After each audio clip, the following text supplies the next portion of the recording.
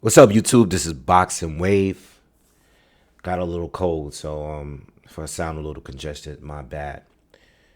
Tszyu against Sebastian Fundora is going down next Saturday, March 30th. It's going to be on Amazon Prime pay-per-view. Okay, I don't know what the fight is going to be priced at. This was supposed to be Keith Thurman against Tszyu. And this is also the first card on the Amazon Prime PBC platform. Okay. I guess I could start out with Keith Thurman. He's suffered some sort of bicep injury. And I don't believe I haven't seen an actual Keith Thurman interview. Okay, but he's pulled out the fight, and Sebastian Fundora stepped in to replace him. Keith Thurman, man, it's sad because at one point he was one of my favorite boxers. In that time, he was one of my favorite boxers. Even before I started the channel, Keith Thurman, big fan, watching him, move his way up. We all remember the whole back and forth between him and Paulie Malignaggi. Highlights of knockouts. One time, fun fight. Once he stepped up, wasn't really getting the knockouts, but he was giving us a lot of action. Sean Porter, a lot of action. Danny Garcia, a lot of action. I went to that fight. Pacquiao was a lot of action. Unfortunately, injuries has always been a problem with him. What I will say is, yes, I wish Floyd Mayweather fought him, but it is what it is. Floyd, I think Keith Thurman was the WBA like regular champ or interim champ or something like that for a long time. And Floyd never gave him an opportunity, and we would never hear the end of it with Keith. I think that really bothered Keith. But he still gave us some good fights.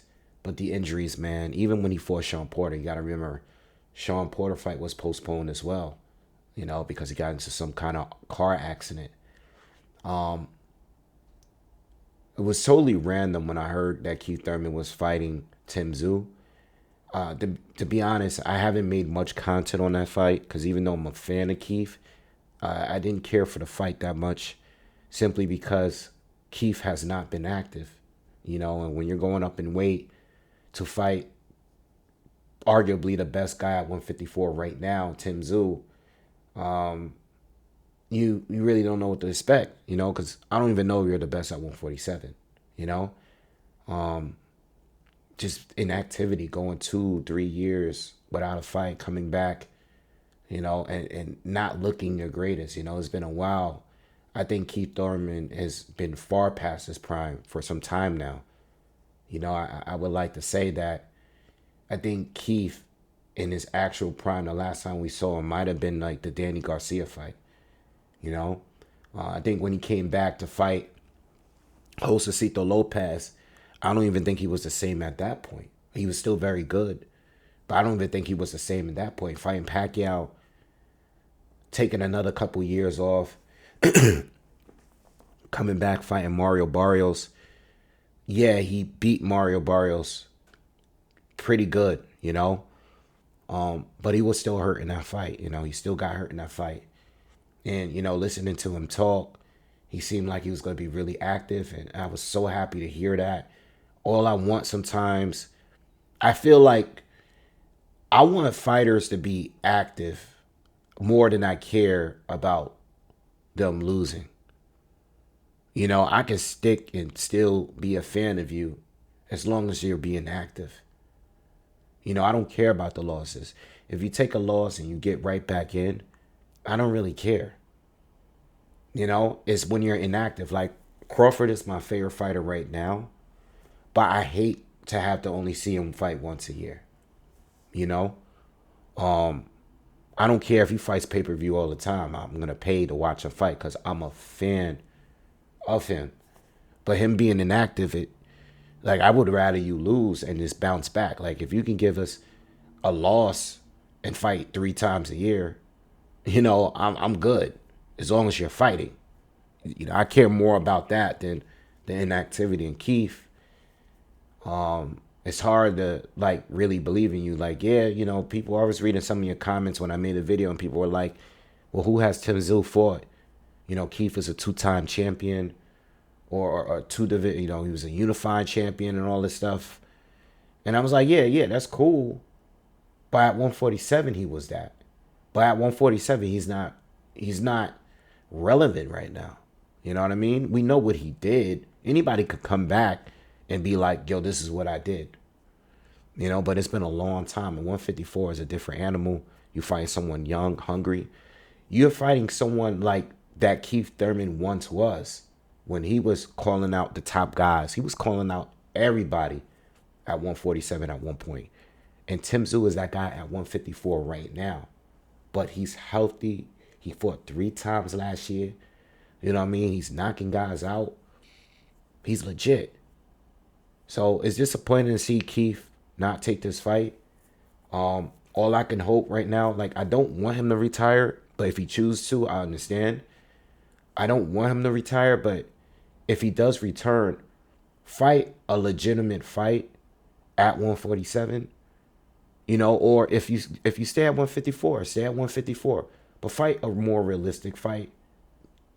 Just get active. Fight like a legit guy at 154. Maybe not the best guy, but like the legit guy at 154. And maybe after that, maybe we can get a Tszyu fight down the line. Or, you know, if Crawford comes up and beats Tszyu, or maybe a Virgil Ortiz or Lubin or anybody. But just be active, man, and be healthy. That's all I want from Keith if he decides to stay. All right. Enough about Keith Thurman. Sebastian Fundora is the replacement for Keith. You know, and I do like the fight. All right. I seen the reaction on social media and everybody seemed to be so excited for it, and that's cool. It is a good matchup.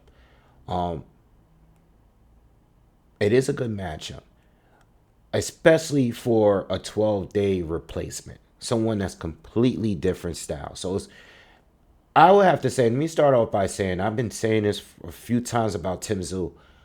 I am a big fan of this guy. All right. I didn't care for him that much for a while. You know, I was watching him for a while, maybe a little bit before Jeff Horn. I didn't make much content on him because, you know, it seemed like a lot of fans from Australia was just pumping him up, and I kind of wanted to see more. I know he was the son of a legend. I was like, all right, you know, there's a lot of sons and a lot of relatives of legends. I want to just wait and see, you know, where he goes, you know? And in most recent years, not only is he giving us good performances, but he's saying the right things.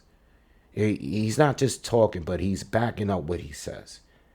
He seems like, you know, everybody says this thing like throwback fighter. And I feel like he has really not ducked any smoke. He seemed to be willing to fight anybody at any time. You know, even talking about Crawford moving forward, he's even like already like, yeah, we could take that fight. That fight should be easy to make. Like every single fight is like no problems. He says the right things all the time. Now, I don't know if that necessarily means that he's about that, but when he fell back from Jamel Charlo and was like, listen, I'm not going to waste my time. Jamel taking Canelo, anybody's going to take Canelo. He didn't even bitch and whine and complain about it. He's like, listen, if he wants to fight Canelo, cool.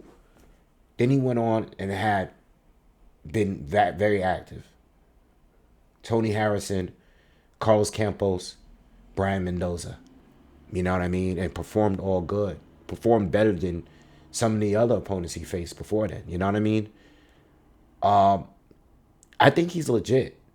You know, until something is said or something happens and make me think otherwise, even if he takes an L, the dude is taking challenges. To take this fight on 12 days notice, I don't really care if Sebastian Fundora got knocked out in his last fight. You know why? Because if you've seen that fight, if you watched the fight, Fundora was winning every round until he got knocked out. He got caught with a good shot. I'm not ready to just throw the guy away. Now he's a bum because he just got knocked out in his last fight. I know he's coming off a loss. I know he hasn't fought in a year. All right. But anyone to take a guy like this, because not even 2 years ago, and this is why 154 has always been my favorite division. Everybody fights everyone in that division. Everyone takes losses in that division. Why? Because everybody's fighting everybody. Sebastian Fundora,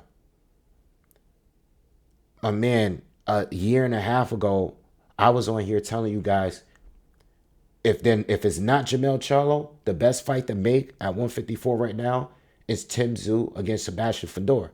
Now, I know Fundora got knocked out by Brian Mendoza, someone that Tszyu just beat.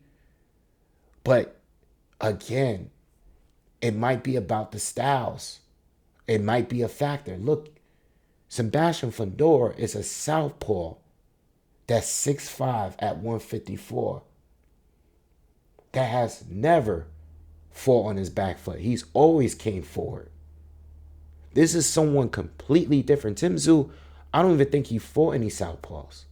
I had to look it up. I went down his box rec for at least maybe the last 10 fights. I went so far back, I was like, there's no point going any further, because if he did fight a southpaw, these guys were just journeymen. You know, it's just a certain point, I'm not going to look. And, you know, I saw him in an interview. He said something like recently fought like 100 rounds sparring against a southpaw or whatever. And that's cool, but to fight a southpaw that's 6'5", and, you know, on 12 days notice, you didn't have a camp prepared for this guy. Brian Mendoza knocked him out, but Brian Mendoza was losing every round. And Brian Mendoza had a full camp to prepare for him, to prepare for that one shot. So it was it's a challenging fight. To take that as, I mean, look, what other options are there? Everybody at 154 has either lost in their last fight or they lost to like a guy like Sebastian Fundora. He was trying to get the Erickson Lubin fight, but according to Tim and reports, Lubin pulled out of the fight, or pulled out of negotiations. Lubin pulled out. That was supposed to be the fight that was supposed to happen. That would have been a good fight. You know, Jesus Reyes was a good fight. I believe Jesus Reyes is a southpaw as well. You know what I mean? So those guys are the only two other options that I would have said are just as dangerous as a Sebastian Fundora. There's really not that many people left. Jermell Charlo, he's inactive. He's not fighting right now. I don't know what he's doing. He already beat Brian Mendoza. Brian Castano, what happened to him? He disappeared. Crawford wasn't available yet because we was waiting on Crawford in the Spence situation. They just dealt with that last month. So I think this is one of the best replacement fighters you can actually have. You know, and it's not like Sebastian Fundora got off the couch for this fight. He was already preparing for this fight because he was on the undercard. And he said at the press conference that this is a fight he wanted, that he would have loved to take the winner of Thurman and Tszyu. Another thing about Tszyu I like, he's very aware of what's going on in the division. Whenever anyone is brought up, he has a lot of knowledge on them. Same with Keith. He's like, yo, and this is why I didn't think Keith was going to win. He was like, listen, I already prepared. I sparred with Manny Pacquiao to get him prepared for you. I'm very, very familiar with Keith Thurman. Like, I had to mimic his style. You know what I mean? This is why I wasn't hyped for the fight, because I'm like, this is not the kind of fight Keith Thurman is supposed to come back on. It's not. So look, you know, I'm feeling this fight as it's a very dangerous fight, to be honest. I can't believe Tim is even taking this fight. You know, because you didn't have camp against this guy. I just saw the face-off. The face-off just made me want to do this.